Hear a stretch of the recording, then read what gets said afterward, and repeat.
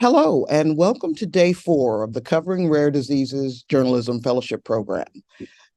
For our first session today, the conversations over the past few days have underscored the urgent need to identify rare diseases more quickly.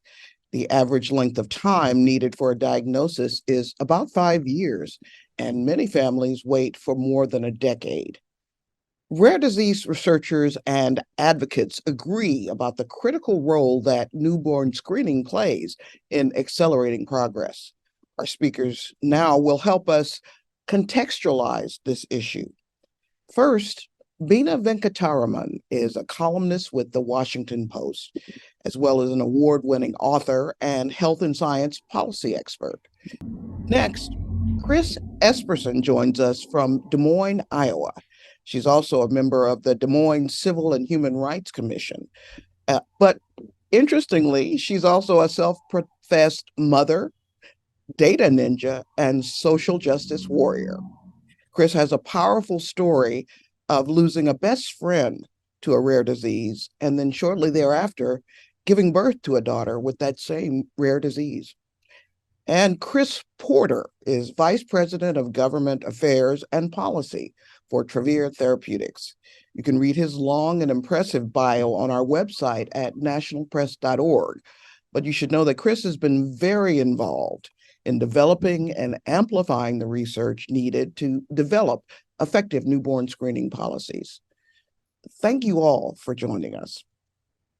I'll start with you, Bina, because the Rare Disease Fellows have all had a chance to read not only your column yesterday about the use of AI and in detecting rare diseases and developing treatments, but also a column that you wrote back in July about the need for newborn screening. So I wanted to ask you, before you expand on those two columns, I'm hoping you'll share some insights with us on your own family's diagnostic journey as it pertained to your niece. Sure. So, hi, everyone. And I'm just so glad to be talking to colleagues who are interested in this topic and in improving public awareness about these issues and the science behind them. I think there's so many stories to be told in this space. So it's exciting to have a groundswell. And Rachel, thank you for creating that.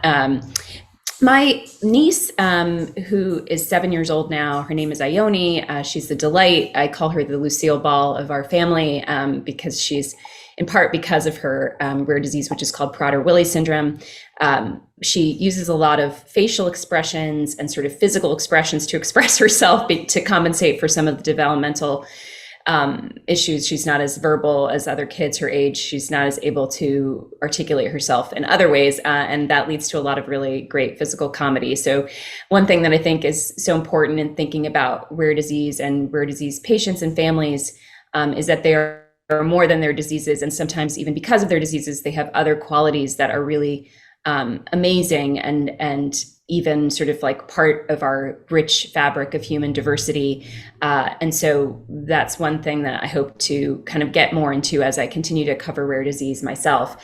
And that is informed by my family's experience. But yeah, so my family went through the diagnostic odyssey. I think I really give my sister, this is my older sister by 2 years, credit for persisting, because there were a lot of doctors early in my niece's life that sort of told her there was nothing to worry about. It was her second child, which I think helped her confidence in knowing that this child was different than the child before. We suspect, and it's kind of hard to write about this, though I hope to find a way at some point, that some of it was also just racial bias or the bias of discrimination in diagnosis, because one of the symptoms of Prader-Willi syndrome is having lighter skin. And she did have significantly lighter skin than her sister and her parents. But I think because our sort of baseline skin tone is darker than a lot of the patients that these doctors were seeing with the syndrome, that was a bit of a blind spot as well. But in general, regardless of race, there are so many issues with diagnosing rare disease that I'm sure you're all learning about that include just the basic fact, and if you read my piece from yesterday, that there are 8 to 10,000 of these things, these rare diseases and syndromes and conditions, and expecting doctors to be able to recognize the signs of them might be, asking too much, right? Especially because we're talking about often frontline pediatricians and primary care doctors, and so we need to be thinking about the tools that can aid with that. But yeah, I mean, my interest in reporting on these issues, because I was a long time ago writing about biomedical science and research, I've been long interested in sort of the frontiers of science in treating disease. It kind of intersected with our personal story. Like, I've been interested in these issues for a long time, but then realized that my family's story was one of, many, many families' stories with trying to get to the bottom of what the diagnosis was or is, and going through the agony of that, going through the feelings of, you kind of don't want to get a diagnosis, you kind of want it to be nothing, right? And so you're going through these sort of investigations, trying to do everything you can, getting as many tests as you can. And in many ways, my family was very privileged, able to go to Boston Children's, able to go to all these different hospitals, but they still didn't find her disease until later. I feel like I'm sort of rambling, and I wanted this to be useful to you all, but I think for my interest in reporting on this, it kind of is a desire to understand what are the rate limiting steps across rare disease that don't just apply to my niece's case, but also to be able to use the story and the personal connection I have to it to interrogate aspects of rare disease research and treatment that maybe not everyone has really understood yet. I'm so thrilled that you can stay with us the whole hour, because I want to do sort of a round robin interview style. But before I shift to Chris Espersen, tell us about how newborn screening played a role in your sister finding out what had happened, what was going on. Yeah, so my niece's genome was sequenced not as so in the US we don't have routine newborn genomic screening, and in fact most places don't. The UK is launching this program to screen 100,000 newborns and sort of make the case for why you would want to do this and collect the data in terms of the genome. But there are conditions that are routinely screened for in newborns, and the list of what you actually get screened for depends on the state you live in, which is one of these Byzantine sort of feudal systems we have here in the US. And, I'd be curious, I know folks are from around the world, whether there are any countries represented among the journalists here where there is more conditions are screened for, but there's a couple of hundred conditions that are on that list. And Prader-Willi is not one of them, my niece's disease. But she did have her genome sequenced because she was kind of in this hospital, right, investigation. Like I found a doctor for my family to go to at Boston Children's through like the grapevine of scientists I knew. And she was in that system. So she was getting, CAT scans and all kinds of things because she had these neurodevelopmental delays. There were a lot of different signs that there was something not right, especially as she got older. That became more and more apparent.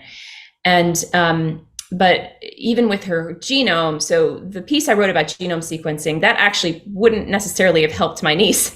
But genome sequencing can identify, obviously, all of these different diseases that are caused by single gene mutations.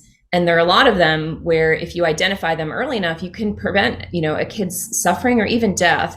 And so there are a lot of these conditions where if we were just doing this on a routine basis, the genomic sequencing, we could detect a lot of diseases. And it could help in cases like my niece's as well, and many others where there's not a single gene mutation, or we don't understand yet the genetic buttons that lead to it, because it can rule out diagnoses that are single gene mutations. And then as we get more information about the genome, and as that data enriches the ability of scientists to study how different phenotypes, these different kinds of diseases, map onto genetic mutations, then we'll have a richer tapestry. There's more possible diagnoses that can be made earlier. Now, there are also some downsides to that, to knowing things earlier when you don't have a lot you can do about them. And people worry about giving parents this information or giving young people this information about something that maybe hasn't developed yet as a disease. But that, I think what people forget is even a diagnosis that doesn't have treatment yet can be helpful, because you can then create a patient group, or you can join a patient group that exists and advocate for some of the research that needs to be done. So I feel like I'm going on and on and on, and I'll just say, for Prader-Willi, there's a very simple blood test. It was much less expensive from an insurance point of view, and all that needed to happen was that some doctor who saw my niece in the first 5 years of her life needed to recognize that she had the telltale signs of Prader-Willi and give her this very simple blood test to diagnose it, and they just didn't do it. And it was when she was 5 that someone said, has she ever been tested for this? And they saw that in her record she hadn't, and they were shocked that this simple test hadn't been done. Wow. I want to shift to Chris, because we were talking earlier about the sort of serendipity of how I met, or how we met. I was at a writers' conference in Iowa, deep in the woods of Iowa, in September. And after a session that I led on finding her story, or I forget the title, Chris came up to me and was telling me her story, which obviously I assumed she might want to write a book about, or a project about at some point. But it was this incredible story of a best friend she met in high school and her daughter. So Chris, take it away and walk us through that journey. Absolutely. Thank you so much, Rachel. And thank you to all of the journalists working on this. It's something that's very important to our family, and we really appreciate your dedication and working on these rare diseases. So as Rachel said, we were in Okoboji, Iowa, and when she mentioned rare diseases, I felt that I was really meant to be in her session, even though I hadn't planned on being on it. I work in Washington, D.C., for the National Association of Community Health Centers. I've been working for health centers for about 20 years now.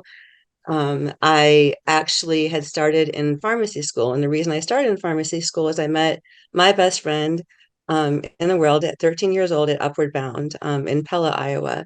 And in the journey of knowing her, found out about her disease, thalassemia.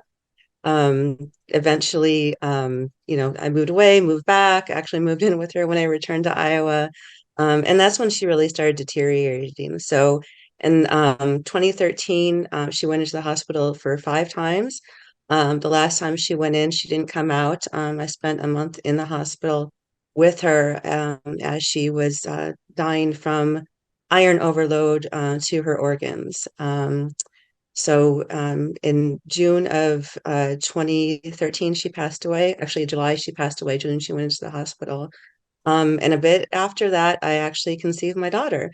I had no idea that their journeys would be so closely linked.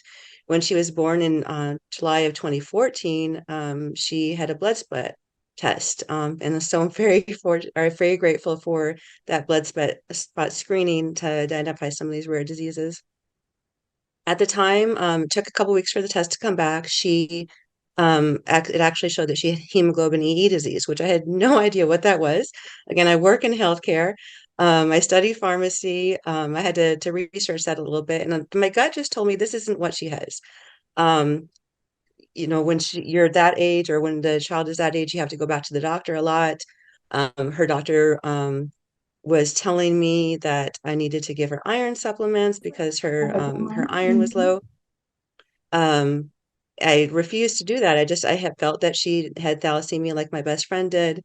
So she would, call me every couple of weeks when we had to go in for the other test. She would call me non-compliant. She would threaten me. She'd say I was a bad mother. And it was really hard to go back, but I just felt that I needed to continue return. At 9 months, she went in, and they took 2 vials of blood. My daughter is very strong. I heard other children screaming in the waiting room, in their rooms. She didn't even blink at the doctor. They took the blood, went back, and as a result of that testing, they did confirm that she did have thalassemia, like my best friend did. And so when I returned to the doctor, I said, "Hey, it's thalassemia, like I thought, and you understand why the iron supplements that you wanted me to give her were would have been harmful to her." And she kind of shortly acknowledged it, didn't apologize. But over the course of her seeing my daughter, I felt that she got to know the disease a little bit better.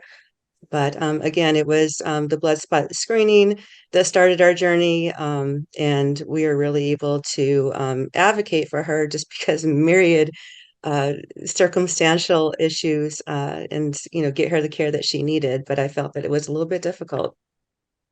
Before I go to Chris Porter, I get chills really when I think about this story, and I did when you first told it.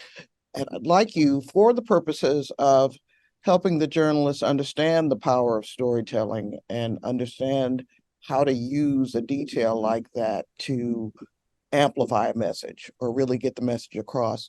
How did you feel in that moment when you were told that your daughter had the same condition as this beloved lifelong friend? What went through your mind?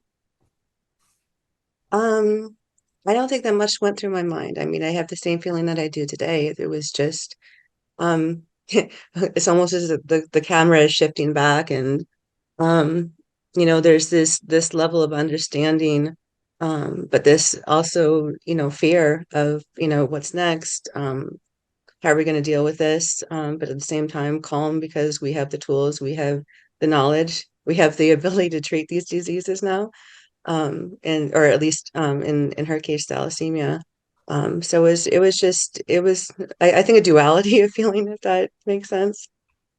Yeah. But and I guess one thing I want to add is um Bina mentioned, some of the bias that exists. And so my daughter's half Swedish, she's half Lao. She looks 100% Lao. So, not only are we going through this journey at the very beginning of people that don't understand these diseases that of children that may not necessarily look like them. They have, like you mentioned, thousands of diseases to understand, and it is hard for a primary care doctor.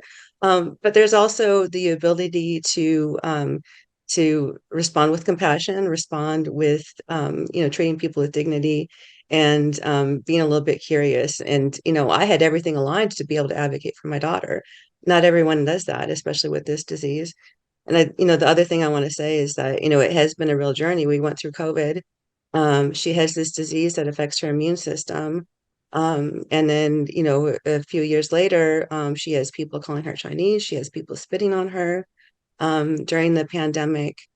Um, and I mean, there's not only that, that's an assault. That's assault based on hate, but it's also something that is very dangerous to her, from having a rare disease that affects your immunity and having people respond in that way.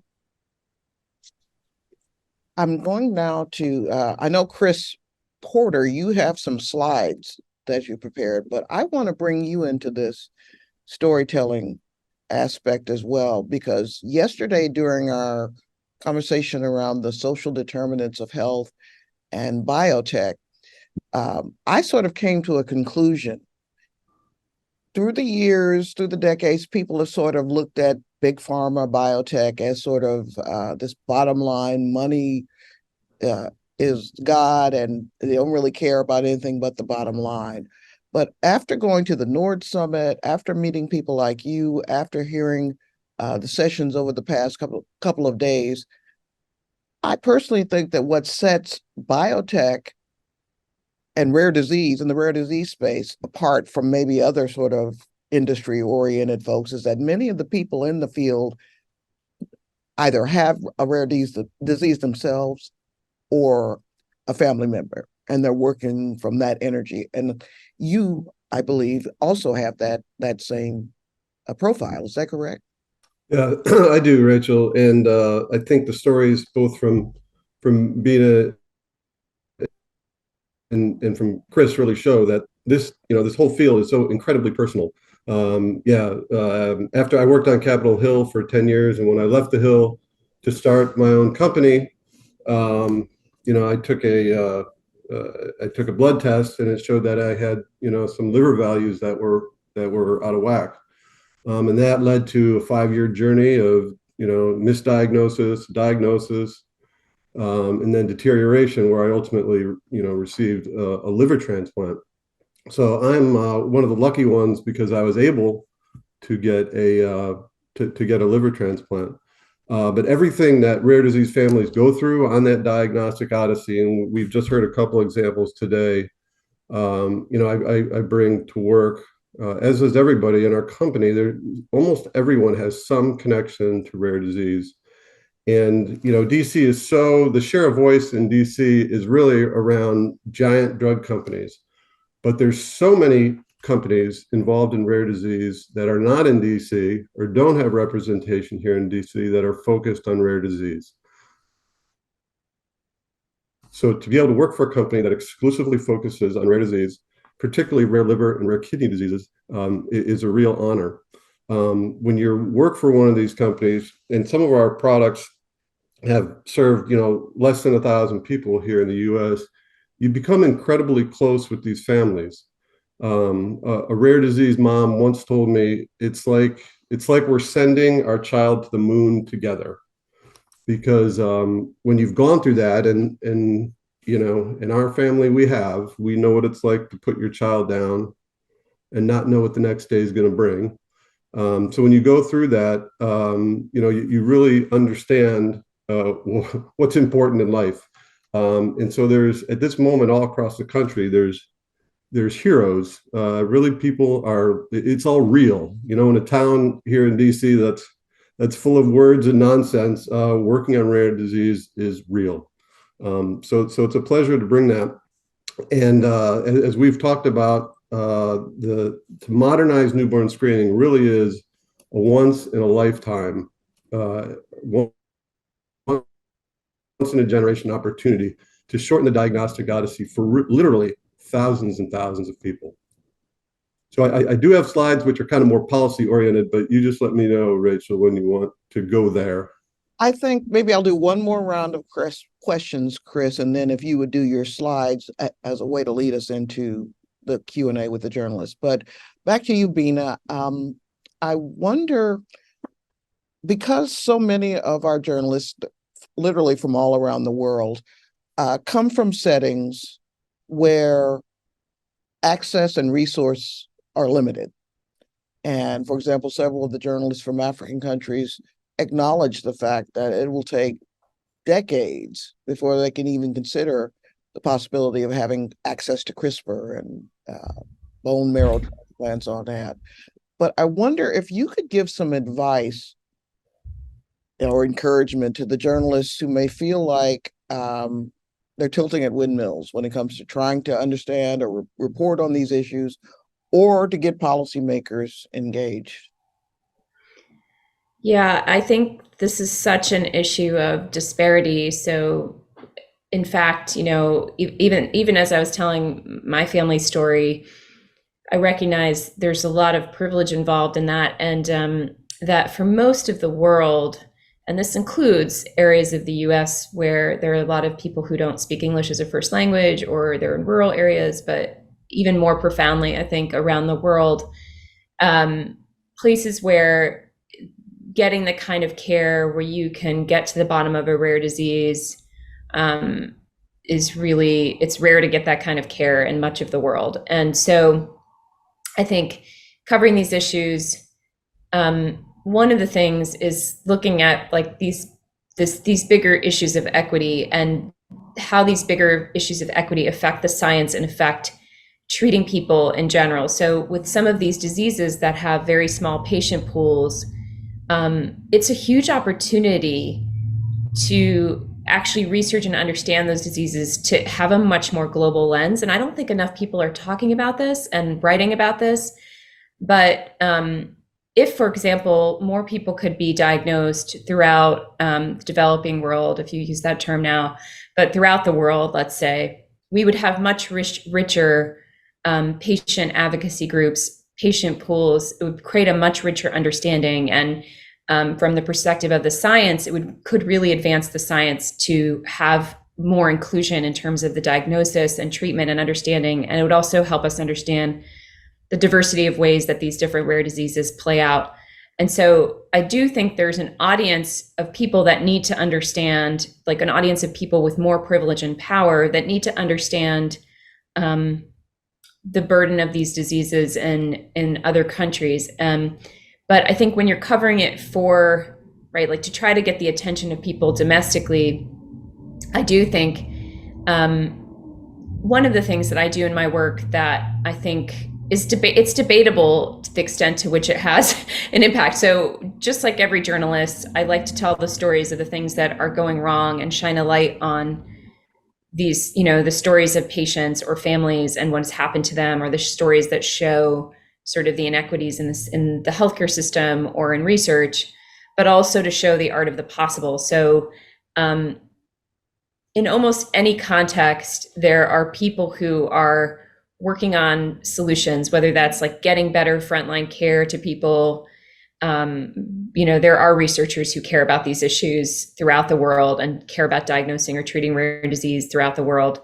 And so it's like looking to those examples to say, and like perhaps shining a light on them or asking how we scale them up or showing that they matter, I think is another function of journalism that we sometimes forget. And in our effort to shine a light on all of the horrors and the things that are going wrong, we forget that we can have a huge impact by covering areas of potential solution or areas that need to be more invested in, and not in the rare disease space. For example, I was in Bogota, Colombia, writing about programs that were helping some of the poorest women and women who are survivors but sort of actively experience domestic violence, and how programs there are helping them.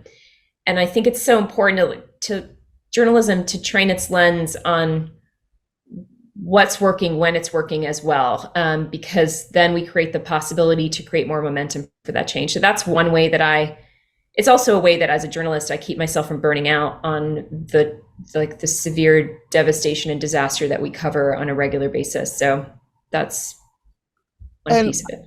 I would argue, and please tell me if I'm right, but this issue of newborn screening might be one of the easier ways to get a foot in the door when it comes to not only communicating to editors why we need to care about this issue, but also in making an impact on policymakers in terms of, if we have the ability to detect these conditions earlier, maybe we'd make a savings on the healthcare piece. Is that too simplistic? No, not at all. I mean, there's definitely an economic case for this. Like, right, there's a justice case for it. There's a just basic humanity and public health case for it. But I wrote about in that newborn genome screening piece, which genome sequencing, right, is more expensive. But when you do it for sick kids, there have been studies that have shown, like in the state of California, you can save a lot of money in healthcare, right? So especially if there are national healthcare systems in the countries you're covering or where you live, that can really be part of the case for doing this. And even before you get to genome sequencing, which I wrote about in that column, right, there's all the things that need to be screened for that are just more common diseases that can be diagnosed among newborns and more common rare diseases. And there are a lot of places where those things aren't even being screened yet. So you can kind of do some comparisons. I don't know that anyone has done this. I haven't seen a good story, but you could compare places where there is early screening of you could pick a disease, right? Or pick a group of diseases and look at places where they are screening for newborns for them and places where they aren't in the world, right? Like you could take a country or you could take a state and then look at what happens with the burden of that disease in that country or state. Like, I think that would be an awesome piece if someone did it. So we're all in a race now to do that. but yeah, so I think there's a way to cover these issues that speaks to different kinds of audiences, including policymakers who might just be looking at budgets, right? And I do think it's part of our obligation as journalists to think about, Rachel, I think this was implied in your question, but I'm just going to state it. Like, it's like we can appeal to people's compassion and sense of heart and wanting to change the world. And I think we should and do that. But recognizing the power structures we live under, the kind of economies we live under, the kind of political systems we live under, I think it's also our job to appeal to other aspects of the way that human beings get moved to make decisions, right? Including money, including political reasons or shame, or just, what's the liability of not doing this, or what's the opportunity to be a winner or be a hero if you do this. Chris E., as a social justice warrior and somebody who's rooted in the community health space, I'd love it if you would talk about the social determinants of health when it comes to uh, raising awareness and access to this level of resource in communities. Our families and parents in Des Moines and in other areas that you worked in uh, fully educated? Are they aware of these resources? What can be done to sort of increase that awareness? Yeah, absolutely. Well, that's a complicated question. I'll do my best to answer that based on what, some of the work that we did. So, with social determinants with this disease, as I mentioned, I was able to advocate for my daughter. I spoke the language. A lot of people that do have my daughter's disease may speak more than one language. In Des Moines, especially, there's issues with transportation. So if you have a doctor who's, threatening you and not welcoming you to the center, and you already have your transportation, you have different work hours, why am I going to jump through all these hoops to go back to the clinic and receive treatment or not receive treatment? Bina mentioned domestic violence. That was a factor in my best friend's case. She was dealing with that. That's why it was hard for her to get to her specialist appointment, because she was just trying to survive on other levels as well. And so there's so many different social determinants, especially when you're looking at diseases that don't impact most Iowans. I think one of the things that we're able to do is just use our systems, use, like Bina was saying, how can we win besides just making a personal case? And so in my FQHC, the employees, all the staff, they knew my daughter when I brought her in, they met her, they loved her. But there was also an opportunity to look at accreditation. So there's something called patient-centered medical home. One of the elements of patient-centered medical home is making sure that you're following up on newborn blood screening. And that's something that's a little bit hard to do, but if you have someone who's passionate about it, understands the electronic health record, there are ways that you can, flag that you can put protocols in place in order to have staff know when the timing is, what they need to do, and then provide resources to patients. And so we worked with community partners to be able to translate. These letters come in English. That's what they come in, and they're a whole page long of confusing language. And so we're able to use our resources, use our partnerships in order to connect the dots with our patients. I remember one of our providers in one of our more rural locations in Marshalltown, Iowa, calling me on the phone, and she's like, "Hey, we have this Burmese family. It came back. The blood spot came back with thalassemia. We can't get a hold of them, so we actually dispatched our homeless unit." Who was used to looking for people in various places to be able to find the family, to be able to interpret the letter, and to get them connected to the resources. So there's ways to do it, and just using win-win situations in order to achieve that. Before we open it up to questions, Chris P., why don't you walk us through the state of the art in terms of policies and initiatives that might be supporting newborn screening? Sure, happy to do that, Rachel. And two things I'd say at the beginning here. When Bina mentioned ideas for stories, this December is the 10-year anniversary of the first time a disease called adrenoleukodystrophy was approved for newborn screening. So all the adrenoleukodystrophy ALD families put all this time and effort in to get to begin screening. This December marks 10 years ago, 7 years from the first time the government approved it. But yet here we are 10 years later, and there's still 13 states in the US that are not screening for it. So we have a validated test, we have a treatment, we know it can save these lives, but there's still 13 states where if you live them and your child has this disease, they might die. But if you live in another state, they're going to live. So that's something called death by zip code. And it's one of the big, it's just one of the biggest barriers. The other thing with all the discussion about genetic testing and incorporating that into newborn screening, that is really an enormous health equity issue. Because right now, as I just said, because of death by zip code, where you live makes a difference in whether or not you'll get screened. You can be on the opposite side of a river, and one child will be found and one not. But if you also, more and more families are doing, as has been said, genetic testing on the side. So what we risk is having a two-tiered system where you live and your resources will make an increasing difference, and we'll lose the public health component of newborn screening if we don't try to modernize it. So that's those are 2 points I just wanted to make right off the beginning. So let me bring up, if I can, these slides. Now, these is just completely give you, the goal is to give you a sense of what is happening here in the U.S. on newborn screening, and then the challenge that the community is facing writ large in trying to make these really consequential changes. So let me bring this up. So first of all, as I mentioned, that's a picture of me when I was a few hours after I got my liver. Again, the disease was primary sclerosing cholangitis. I received a cadaveric liver transplant from a young man named Greg. So you can see that's the license plate on our car, which says, "Thanks, Greg." So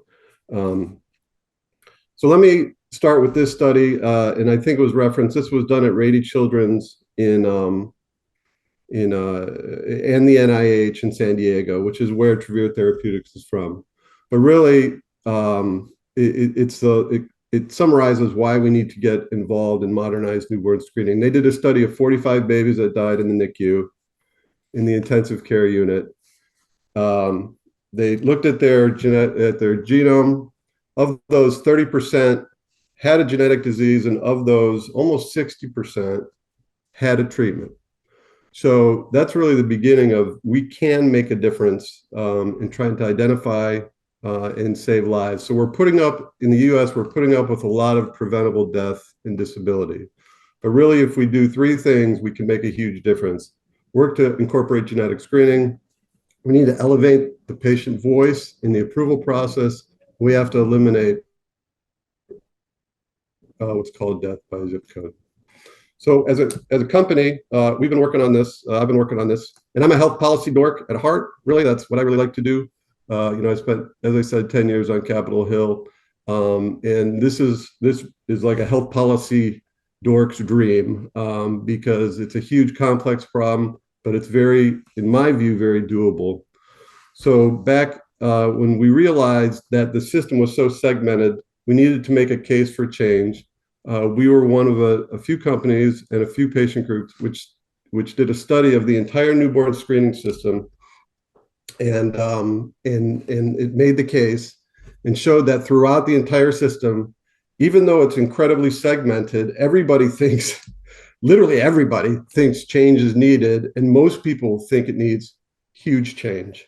And part of this goes to the way that the law works in the US, but there's really every part of newborn screening, from the patients who try to raise the research, to do the initial studies, to prove that conditions should be screened, to the bureaucratic and archaic government process for getting that approval, to the state implementation, to the follow-up that's done by the labs, and then the connection back to the healthcare system. None of these people talk to each other, but everybody knows that the current system isn't working and it's not ready for all the therapies that are coming. So what we've been doing, and this is just our story. There's other folks that are involved, in this, and that might have a different story. But there's 3 things I just wanted to flag for y'all. One is that the consensus paper that was done by RTI, based in North Carolina, and that was published in 2021, led by the Every Life Foundation, and preceded with 3 rounds of roundtables with over 100 stakeholders that said, all right, what is the future going to look like? So that's one thing.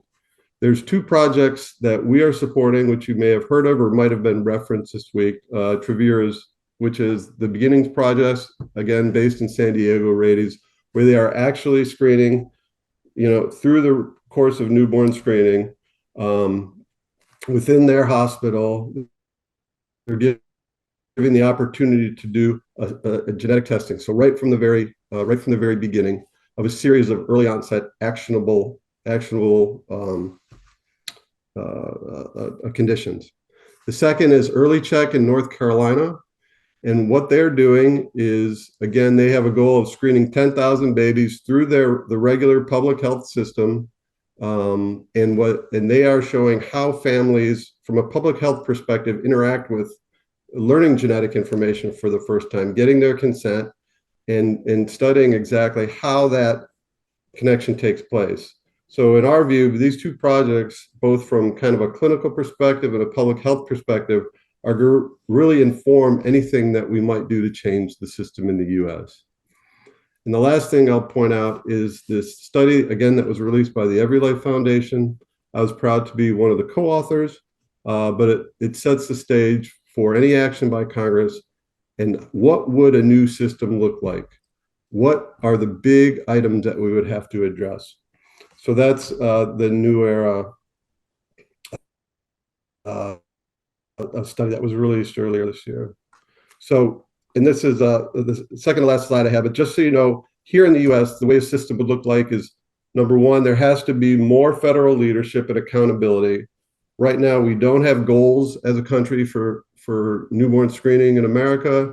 There's essentially two, sub-level agencies in the US that handle this in one really on a part-time basis. We need to fix that. Second, we need to create regional labs to help the states share data, share best practices to implement it, so we don't end up where 10 years down the road, you have 13 states that still are not screening for a particular condition. We have to solve this data problem, different states not sharing, siloed thinking. And then last, we have to be thoughtful about how we integrate genetic screening into it. Some diseases can't be caught with genetic screening. So really, the heel prick, the blood spot will probably never go away. It'll be both. But at the end of the day, when we think about where we want to go, what will that look like to your average family that's out there? In the stories that we've heard already. Well, instead of 30 or 35 or 60 conditions, there'll be 100 or 400. Radius is already testing for 400. Early Check is testing for over 100 new conditions. You've read about New York, where they're doing the same thing. We can end the death by zip code, and we can change this crazy process right now. Imagine if you were a family that has worked for years to get your condition approved by the government for recommended screening. Just last week, the advisory committee announced that they're putting a pause on any new conditions. They did this without any warning to anyone, without putting it on an agenda. So once again, your child has this disease, you're trying to get it approved, and they just say, nope, we can't consider any more. We can't consider any more conditions. That's actually happening. And the last thing has been mentioned, and this genetic information people really will be able to have for their whole life.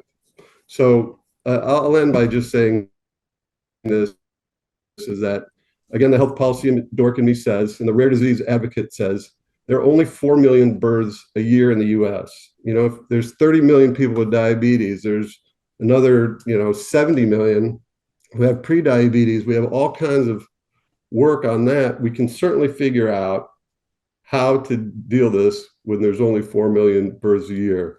The innovation is going to continue, but I firmly believe, this is a public health challenge we really, really can meet. So that is the conclusion of mine, and I guess I will pass it back to you, Rachel. Not that I feel strongly about it. Another example of a concise, powerful presentation that really drives the point home in a way journalists can understand. So I totally appreciate that, Chris. Let's go to our journalist fellows. We have a Zoom hand raised by Nadima Umar Uthman of GH1 TV in Ghana. Nadima. Hi everyone. So currently in Ghana, there are no national screening programs for newborns when it comes to conditions like sickle cell. So there's a funding that goes towards screening some children who are born in particular hospitals. So nationally, we are not able to capture all newborns or screen them for sickle cell. Rare diseases, there's currently no intervention at all. And I have spoken to some doctors who make a case that why go around screening newborns for rare diseases when you know that there are no interventions? And so if you tell the parents that, okay, your child has this condition, what's next? So they would rather not even go there because currently there's serious lack of infrastructure, lack of funding. And I think Bina earlier mentioned that even in the United States, genome sequencing is not done, is not a national program, right? I think if I heard it correctly. But in Ghana, is worse.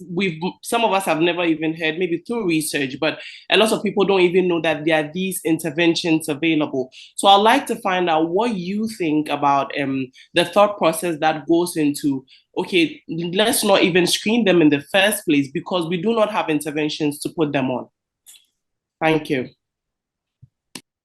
I can weigh in on this. And since I'm an opinion journalist, I have opinions. And I know we all have opinions about things, but I'm more transparent about mine. But my research into this question, because I don't think it's a trivial question. Should people get information that they can't about health issues that they can't do anything about? And what are the ethics of that? And where I come down on this is that there are two things. One's very practical and then one is ethical, right? Like healthcare systems and doctors and governments should not be deciding for people whether they get information and knowledge that is available to them that could help them in how they manage their lives and prepare for their lives. I think that should be a question up to the parents in the case of newborns, or the patients if it's older, people getting tested for something or getting information. So I think just from an ethical point of view, where I come down on that is to say more information at the discretion, right? It sort of like goes back to the need for really empathetic interactions between people who understand the science and the healthcare system in whatever country or place, and the people involved, so that they know what will I know, what will I be able to do with this information, what will I not be able to do. But then on the practical side, what I was sort of getting at before, which the challenge in Ghana with sickle cell really gets at, is that even if there isn't a way to act on this thing right away, if patients get knowledge that this is what they have, for one, it gives them the ability to do things that, and I think Chris's story is a great example of this. You might be offered something like a supplement that is actually contraindicated, even if there's not a cure for the thing available, which, by the way, there is a CRISPR therapy that was just approved for sickle cell, which is, perhaps a hopeful sign. I know it's probably not available for most Ghanaians yet. But so it can, for one, keep you from doing things that might be contraindicated to your diagnosis, even if there's no cure. Second, it can help patients come together as groups and advocates. And we've seen this with a lot of diseases, and cystic fibrosis is kind of the poster child for this. And you may have heard about this in other of your sessions. But when patient advocacy groups can come together, they can actually advance the research, advance the ability for there to be cures and treatments. And so if you don't diagnose people, you limit the ranks of those people who are willing to come together and be a pool for clinical trials or advocate for policy change and greater access for that disease. And so to me, there's a much better benefit of people knowing their diagnoses. And then that way, when there are treatments that come online, they have the ability to get access to them, but they also have the ability to help bring about those treatments by being part of the research or advocating for the research. And if I could just add to Bina too, it said so clearly, but I've been at rare disease conferences here and in Europe a number of times when somebody, you have a group of rare disease families and somebody on the stage says, well, isn't it better that you don't know? And in every case, I can think of 4, they've been booed by the audience. Boo, boo, like, because families really want to know, even if there's no hope, because then they can connect with other families and all the things that Bina just said. Let's go to Karen Weintraub of USA Today. Hi, thanks so much for doing this. Well, I want to know more about Chris Espersen's story and how she was able to stand up to those doctors, because not a lot of people would have had the guts or the courage to do that. But I also had questions for Chris Porter and maybe for Bina about why this country has been so slow and what the challenges are. What are the roadblocks for adopting more widely these newborn screens? Chris, you want to take that in terms of quantifying or giving us a couple of solid examples of roadblocks? Is that me, Chris, or other Chris? Chris P. Oh, yeah. There's a few issues. So, I mean, in a lot of ways, the U.S., the policy here is far more advanced than other places in the world. And so a lot of time the public health community has spent a lot of time since the Newborn Screening Saves Lives Act was passed in 2007 celebrating the advancement, which is true, but the newborn or the creation of the first genome sequencing in 2003 to today has really changed the equation. So part of it is the policy environment just being behind and our laws being antiquated. The biggest holdup to modernizing the system and the bill to update the US system has been stuck now for 6 years, 8 years maybe, is because of the consent issue. So even trying to make incremental improvements to our current system has been held up over what happens to that blood spot, who holds on to it, who can, who has rights to use it. In rare disease, the use of de-identified blood spots are enormously important because there just aren't that many patients. So if you come up with a test to diagnose something, you need access to blood spots to be able to validate that it's a good test. But the consent issue, particularly in the US Senate, has really held that up. If we can get past that, and I think that's part of a bigger conversation about genetic testing and who's responsible for helping educate people and helping people get the comfort that they need with it, then I think we can move on to some of these modernization issues. The US government is studying this right now. They're going to issue a report next fall. Those of us in the community who are involved, are not waiting to advance these ideas, but until the government finishes their study about how to modernize and address some of these issues, I think we're going to be held back from making any real progress. I'm suggesting, Karen, that you give Chris E. a call. Again, her story is compelling, and would make an incredible warrior voice in this space. Let's go to Rupsha Chakraborty of the Indian Express.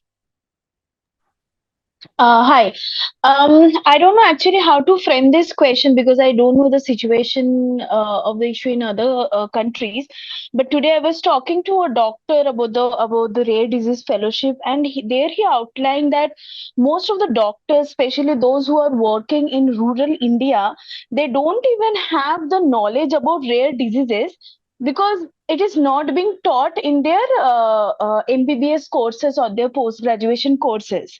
So he was highlighting like how the authorities before making the test, neonatal test compulsory for rare diseases, they need to sensitize and include this course on rare disease in the syllabus of the doctors so that they become more aware, and from there we can sensitize the doctors and include the need for more researches and prenatal or postnatal testing. So I don't know how the situation in USA or in other countries, but do you think there is a need to sensitize doctors and also to include the rare disease syllabus in their studies just to start from the grassroots? It's a very, I don't know, very trivial, I think, I don't know. But I think that was a doctor highlighted from his perspective. I don't think that's trivial at all. I think that's an interesting story. I would be interested in pursuing that if I were you. Um, I don't know the comparative information to tell you what the med school training looks like in the US on rare diseases, but I think awareness of the existence of all these diseases that may be hard to recognize, right, is a base level of knowledge that should be part of medical training. But I think to the point we were making earlier, with tens, with maybe 10,000 and counting of these rare diseases, expecting every doctor to know all of them is probably unreasonable. That said, and so we need to employ these tools, right? Like screening, which allows you to capture a lot of information at once about the known diseases, but then also, the awareness of doctors to recognize that this isn't a common condition, or that just because they can't fit it into one of the things they know, that means they need to actually escalate it. Like, what's the decision tree of what should happen with the patient if you know that these rare diseases exist? Like, that's obviously part of the solution is physicians, because they are the ones who encounter the patient, having them educated about and aware, even if they can't know every rare disease's signs, to know what they should do given that they don't understand what's happening, right? Like, how do they then escalate and help a patient? It's interesting part of it. And to add to Because that, sorry, Rupsa. no, sir. Oh, I was just say that's the power of most people. If you're your average doctor, will only see one of these cases in their entire career. That's what rare disease is like. So that's why genetic screening is so powerful, because it lets the gene speak up front. And then secondly is the patients connecting with each other, and increasing the amount of information is another way that we can advance that diagnosis. As was discussed or mentioned earlier, that's why AI could be so powerful of a tool to run through the cascade of, oh, hey, this doesn't seem right. And on the clinician side, but also on the patient side, because most of these, my personal opinion, and we heard it here today, that empowered patient is the one that ends up driving the diagnosis, not the doctor. But I when also we have to. talk about rural India, where there is no access, there is not even electricity, there the doctors are not even trained, they are not even aware existence of such rare diseases. So that's why I'm saying if if it's put in the syllabus, they are actually aware that there is an existence of some kind of diseases named rare disease, and these are very few cases. They somehow may be some way we can lessen the delay in diagnosis. That was I was trying to point out. We are nearing, unfortunately, the end of our hour, and so I'd like to tell each of our speakers that you can expect an invitation from us next year if we are able to renew this program. But I did want to allow for one more question from Camila Sakamori. She is a freelancer from Brazil. Yeah, I just would like to comment that in this particular issue, like newborn screenings, Brazil is okay, but it's called foot test because of the drop of the blood in the foot of the newborn, right? So it identifies only six diseases, but if you have access and money, you can screen for 50 diseases. We have already the technology. And then my story, I will write about why isn't it for all states, for all the country, like it's a law, but the law now for the newborn screening for 50 diseases, it's not being done. So many logistics and many lobby from all people involved, all stakeholders, by the way, that's it. Just like to comment, since we are here, we are from several countries and different situations and reality. In this case, we need to press more the lawmakers to put this effort, because it's so important. I'm going to ask Bina to close us out by preparing us for our third session today, which is going to be about machine learning and rare disease. So tell us about the column you wrote yesterday and what's the takeaway for journalists? The takeaway is that there are these tools which we have to be cautious about how we use. But in terms of with rare disease, part of what we have here is a massive data and pattern recognition problem. So this idea that the doctors can't recognize like 8,000 diseases, right? There's a real mismatch between like what the human mind is capable of and all of the information that's out there.